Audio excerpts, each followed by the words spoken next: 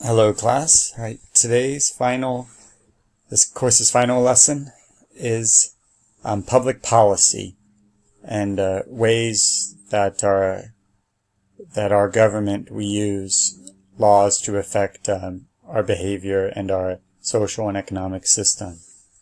So public policy, public meaning government, would be a law or rule that expresses the government's goals, what it wants to accomplish, and how it's going to have that goal accomplished via rewards or punishments, taxes, rules, and benefits to attain that goal.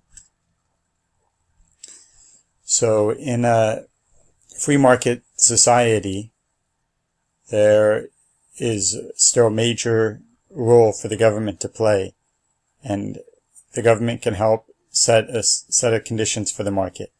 And these are the most important conditions that are needed. Establishing law and order.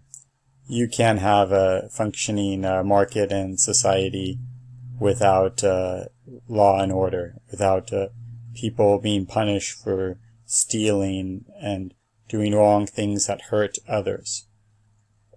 So that's a real basic foundational condition for not only a market society, but any society.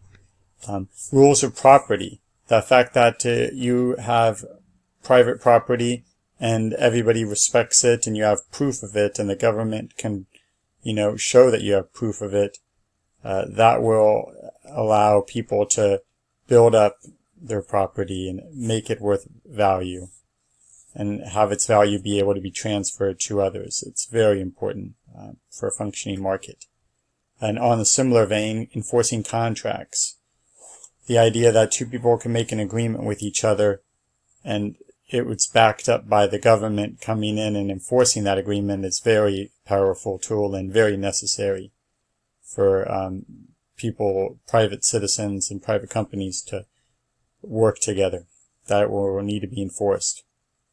And the government can also help set standards such as weights and measures. Then there's also public goods, which are goods that everyone gets to enjoy. Think of infrastructure, bridges, roads. And we have ameliorating externalities, which we will get to, but these pretty much are just bad things that the government can help protect against that hurt society as a whole.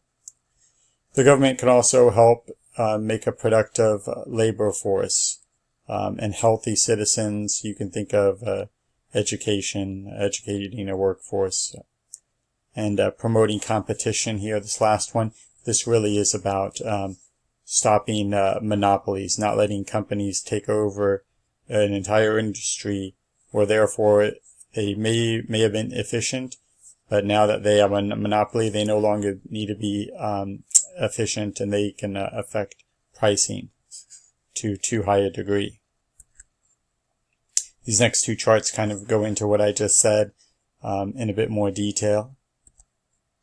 They also mention here sound money. This is where, and we're going to get into this, where the government can make sure that there is a solid currency, that it's not, the value of the currency doesn't go up or down doesn't fluctuate too much to make it unknown for the people using it. This is just a good description of what a true free market would look like. As we discussed before, Adam Smith's Wealth of Nations, The Invisible Hand, everybody making their own decisions. They would choose a comparative advantage, do what they do the most productively, efficiently, and other people would do what they do the most productive. You hire someone to fix your bathroom, a contractor, or you're teaching a class, for instance. We already went over these. And we talked about a monopoly. So right here we're going to go over ways or reasons why a government may be there to assist a free market economy.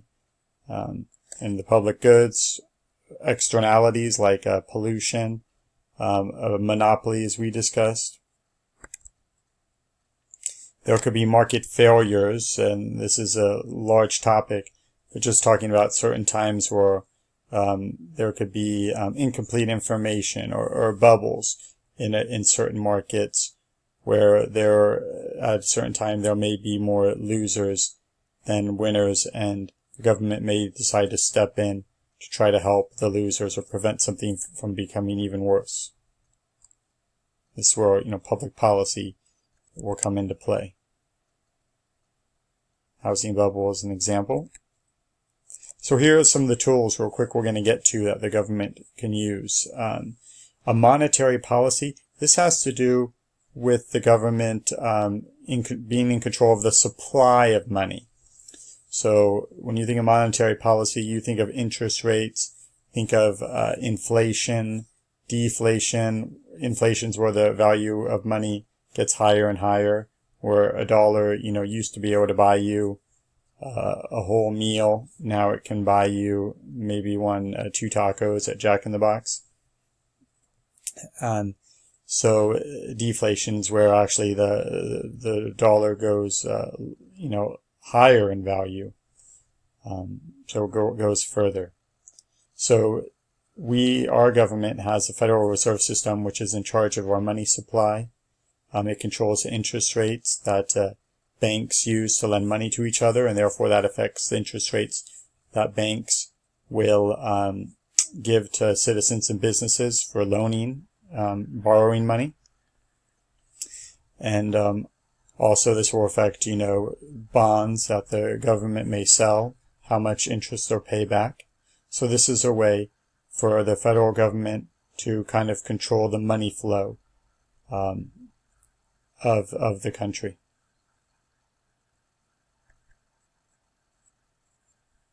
The Federal Reserve also requires banks to follow certain rules, and including how much money, how much cash they need to have on hand. So another part where the government plays a role in public policy here is fiscal policy, where monetary policy had to do with the supply of money. The fiscal policy is going to be kind of most laws that you'll see come out of Congress, budgets. Anything having to do with spending or taxing would be called fiscal policy. So every year Congress puts out a budget. This is fiscal policy. Tariffs, which have been in the news, income tax, all different types of taxes. And then, of course, what they spend money on. Medicare, Social Security, lots of different programs. There's two types of taxes here. There's progressive. These taxes where the upper income, people that earn more, pay a higher percentage of taxes. Regressive would be more of a level playing field where everybody pays the same percentage of taxes. So therefore, if you earn less, it's going to affect your life more substantially because you have less money to play with. A regressive tax would be a sales tax. Here's a pretty interesting chart showing in red is the percentage. 100 is 100% of the income taxes that are paid. The blue chart is the percent of money that those groups of people make. So interestingly, on the left here is the bottom 50% of Americans in earning. So the 50% people who earn, half the country that earn about 11% of the total money, they only pay 2.8% in income taxes. So the rest, the 97.2%, the other 50% pay 97%. And as you can see,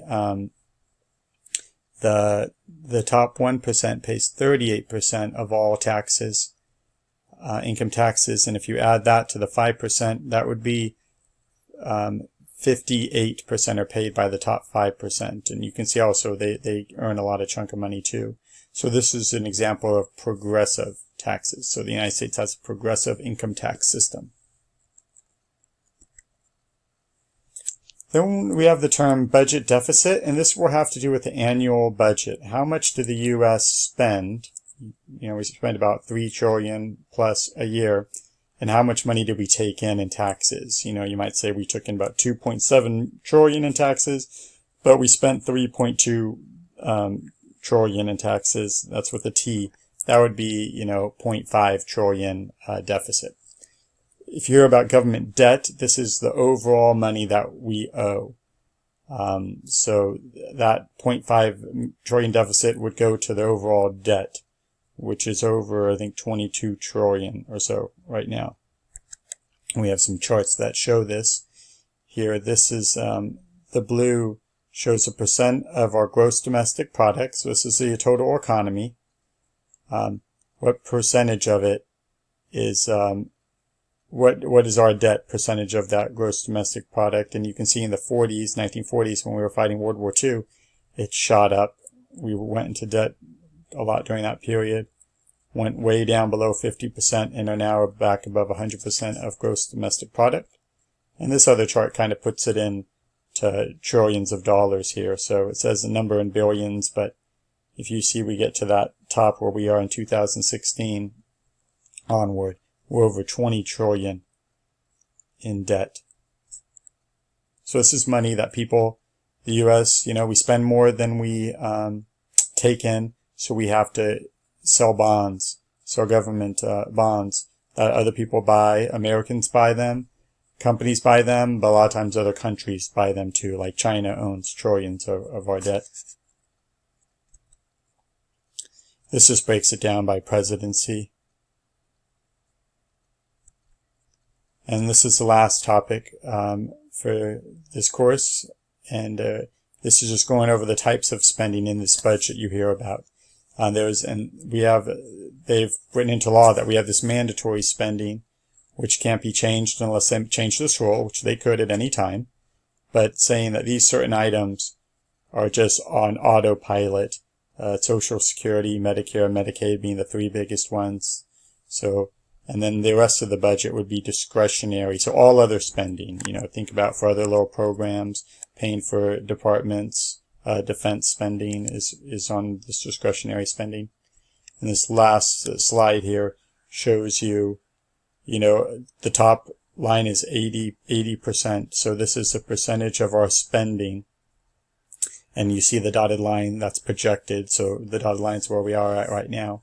So you can see that right here in 2016, we are about 68% of all our federal budget spending goes to these mandatory programs. That means that's about 32% of our spending is discretionary or up to Congress. So you can just see for you in this class who are young that the trajectory just gets higher, and this mandatory spending is really substantial. So that's it for today.